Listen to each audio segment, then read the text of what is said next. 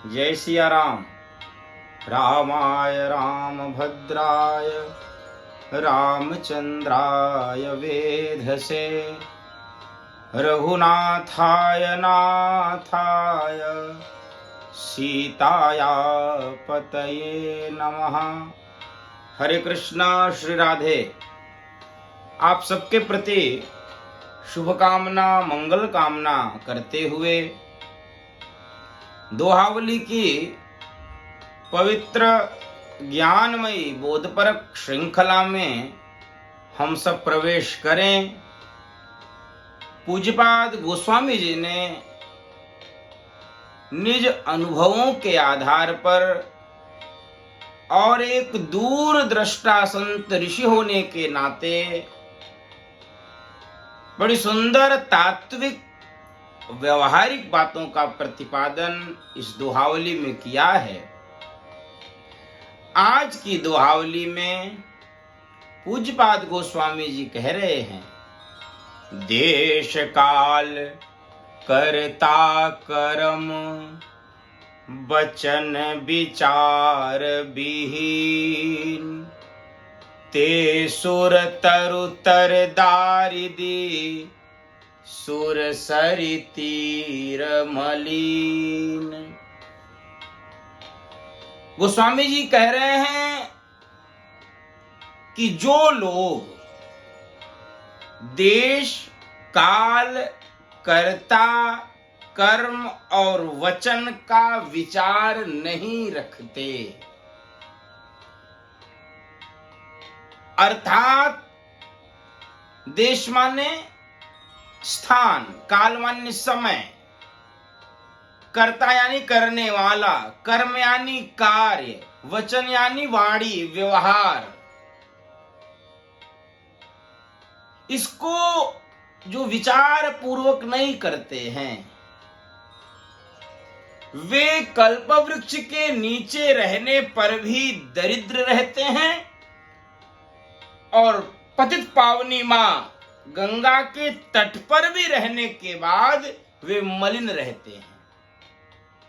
अर्थात पूज्यपाद गोस्वामी जी ये बताना चाह रहे हैं कि जो लोग किस स्थान पर किस समय किसको कैसा कर्म करना, कैसा व्यवहार करना, कैसे वचन बोलना ये नहीं आता, इसकी समझ नहीं है, वे सुरतरु अर्थात कल्प वृक्ष के नीचे रहने पर भी दरिद्र रहते हैं और मां गंगा का तट उनको प्राप्त है फिर भी वे मलिन ही रहते हैं, अर्थात पापी रहते हैं। अर्थात ऐसे लोगों का पाप नहीं धुलता या ऐसे लोगों की दरिद्रता नहीं समाप्त होती है मां गंगा के तट पर और कल्प वृक्ष के नीचे रहने पर भी, जो देश काल कर्ता कर्म और वचन का विवेक पूर्वक विचार नहीं रखते। गोस्वामी जी इस दोहे के माध्यम से ये स्पष्ट करना चाहते हैं कि कौन व्यक्ति किस स्थान पर किस समय में किस परिस्थिति में उसको कैसा कर्म करना है, कैसी वाणी बोलना है, कैसा विचार रखना है। यदि वो उसके अनुरूप नहीं रखता है तो फिर वो जीवन भर दरिद्र रहेगा, जीवन भर पापी रहेगा। अर्थात हमको ये विवेक रखना पड़ेगा, क्योंकि इस दोहे के माध्यम से गोस्वामी जी यह सूत्र देना चाह रहे हैं कि अविवेक ही दुख का मूल है। अर्थात किसी भी स्थान पर कुछ भी बोल देना, किसी भी स्थान पर किसी भी समय कुछ भी कर देना, किसी भी स्थान पर किसी भी समय में कोई भी कुछ भी कर दे तो नहीं, उसका विवेक रखना चाहिए। मां पार्वती भगवान शंकर से यही तो कह रही थी जास भवन सुर तर तर होई, सही की दरिद्र जनित दुख। अरे जिसका घर कल्प वृक्ष के नीचे हो, क्या वो भी दरिद्रता से जनित दुखों को सहन करेगा? अर्थात कल्प वृक्ष की यह विशेषता है, उसके नीचे जो बैठेगा, जो रहेगा, उसको मनोवांछित फल मिलता है। गोस्वामी जी ने रामायण को भी कल्प वृक्ष कहा है। रामायण सुर तरु की छाया, दुख भय दूर निकट जो आया।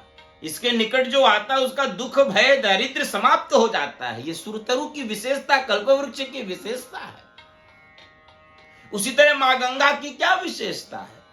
मां गंगा के तट पर जो रहते हैं उनका मन मैला नहीं रहता, वो निर्मल हो जाते, उनका पाप धुल जाता है। गंग सकल मुद मंगल मूला, सब सुख करनि हरनि सब सूला। वो तो सारे दुखों को टालती, सारे पापों को काटती, वो तो सब प्रकार से मंगलकारी है। लेकिन गंगा का तट भी प्राप्त हो, कल्प वृक्ष की छाया भी प्राप्त हो, फिर भी यह विवेक नहीं हो कि किस स्थान पर किस समय कैसा व्यवहार करना, कैसा आचरण करना, क्या बोलना, क्या नहीं बोलना, क्या करना, क्या नहीं करना। इसका यदि विवेक नहीं है तो निश्चित रूप से दुख ही प्राप्त होगा। जैसे उदाहरण के रूप में, यद्यपि थोड़ी कठोर बात है ये, गंगा के तट पर गए, गंगा पतित पावनी है, मां भगीरथ, भगीरथ के प्रयास से वो आई है इस धरती पर हम सबको तारने के लिए। वो कोई सामान्य नदी नहीं है। मैंने एक दोहे में और बताया था कि यही तो कलयुग का आधार है। कलयुग में तरने के लिए यही एक आधार है मां गंगा का जल। अब गंगा के तट पर गए हैं, वहां पिकनिक मना रहे हैं। ये बोध नष्ट हो जाता है। कर्म में जब बोध नष्ट हो जाता है तब ये कठिनाई उत्पन्न होती है। गंगा के किनारे व्यसन कर रहे हैं, गंगा के किनारे अखाद्य पदार्थों का सेवन कर रहे हैं, मादक द्रव्यों का सेवन कर रहे हैं। ये विवेक हमको रखना पड़े, कहां क्या करना, कहां क्या नहीं करना। तीर्थ में जाए तो तीर्थ के अनुरूप हमारे मन की अवस्था, हमारे शरीर की अवस्था, हमारा कर्म उसके अनुरूप होना चाहिए। हम किसी के यहां दुख में गए हैं तो जिसके यहां दुख में गए हैं तो हमको क्या वचन बोलना, वहां पर क्या कर्म करना, इतना विवेक तो रखना पड़ेगा। यदि ये विवेक हम नहीं रखते हैं तो निश्चित रूप से हमको दुख होगा। इसलिए किस समय पर क्या बोलना, क्या करना, देश काल करता करम, वचन विचार विहीन। ते सुर तरु तर दारिदी, सुर सरि तरे मलिन। तो देश काल करता कर्म वचन, ये 5 बातें हैं। कब कहां क्या बोलना, कैसे रहना, क्या करना, इसका विवेक हम सबको रहना चाहिए। इस दोहे का मंतव्य आप व्यवहारिक जीवन में अनेक स्थानों पर समझ सकते हैं। अर्थात हमसे ये चूक न हो, हमको स्थान की मर्यादा, समय की मर्यादा, अपनी व्यक्तिगत कौन क्या काम करता है ये भी बड़ा महत्व का होता है। कोई भी काम नहीं कर सकता, उसको इसका विवेक रखना चाहिए। तो उस विवेक के अनुसार जब वह व्यक्ति काम करेगा, देश काल की मर्यादा का ध्यान रखते हुए, तो वह सुरतरु के नीचे सुख प्राप्त करेगा और गंगा के नीचे उसका, गंगा के तट पर रहने पर उसका मैल धुल जाएगा, उसके पाप धुल जाएंगे।